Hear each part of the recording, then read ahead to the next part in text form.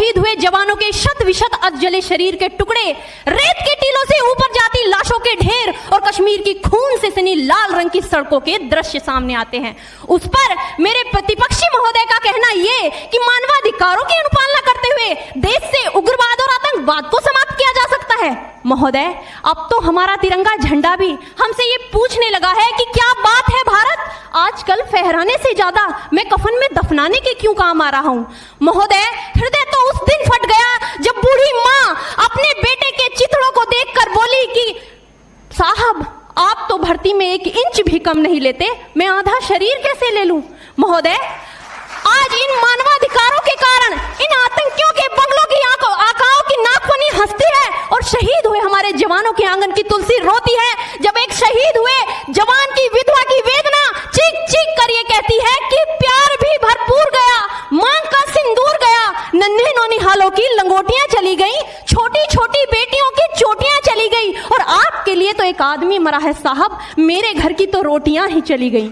महोदय, किसी भी युद्ध को जीतने के लिए पहल करना सबसे ज्यादा आवश्यक है, क्योंकि इतिहास गवाह है कि पहल करके बड़े बड़े युद्धों के परिणाम बदल दिए गए हैं। परंतु आज मानवाधिकारों के कारण हमारे देश के जवान इस कदर बंधे हुए हैं कि अपनी ड्यूटी पर खड़े होकर भी वो आज पहल करने से डरते हैं, क्योंकि महोदय भविष्य में उन्हें कटघरे में खड़े होने का डर सता रहा होता है।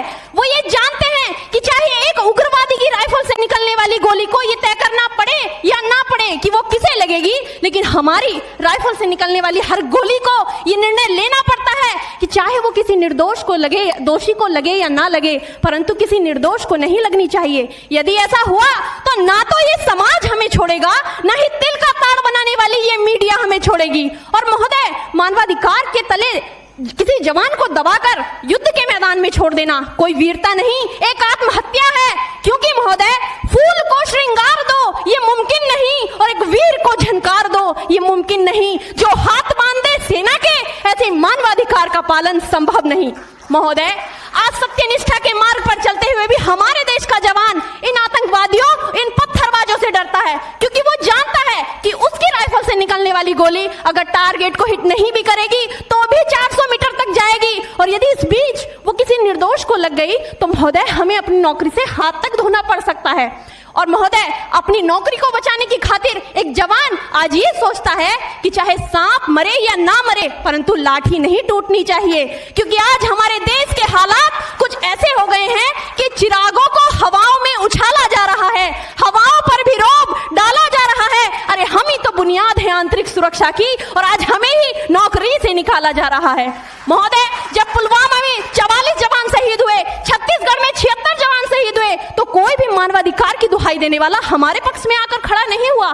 परंतु जब जेएनयू विश्वविद्यालय में एक देशद्रोही के द्वारा भारत तेरे टुकड़े होंगे, अफजल हम शर्मिंदा हैं जैसे देशद्रोही नारे लगते हैं, तो सारे मानवाधिकार के ज्ञाता आकर उसके पक्ष में खड़े हो जाते हैं। तभी तो क्या कहा था उस देशद्रोही ने कि तुम एक अफजल को मारोगे, हर घर से अफजल निकलेगा। तो मैं भारत की बेटी अपनी भारतीय सेना की तरफ से आज ये ऐलान करती हूँ कि उस घर में घुसकर मारेंगे जिस घर से अफजल निकलेगा, वो कोख नहीं पलने देंगे जिस कोख से अफजल निकलेगा। उठो देश के वीर जवानों, तुम सिंह बनकर दहाड़ दो और एक तिरंगा झंडा उस कन्हैया के सीने में गाड़ दो।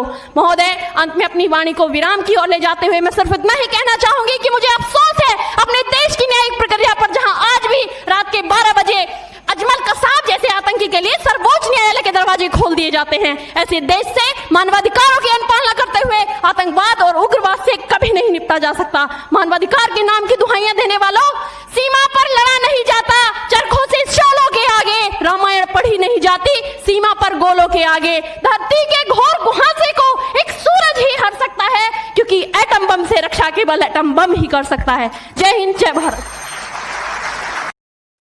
Share chat. Share chat.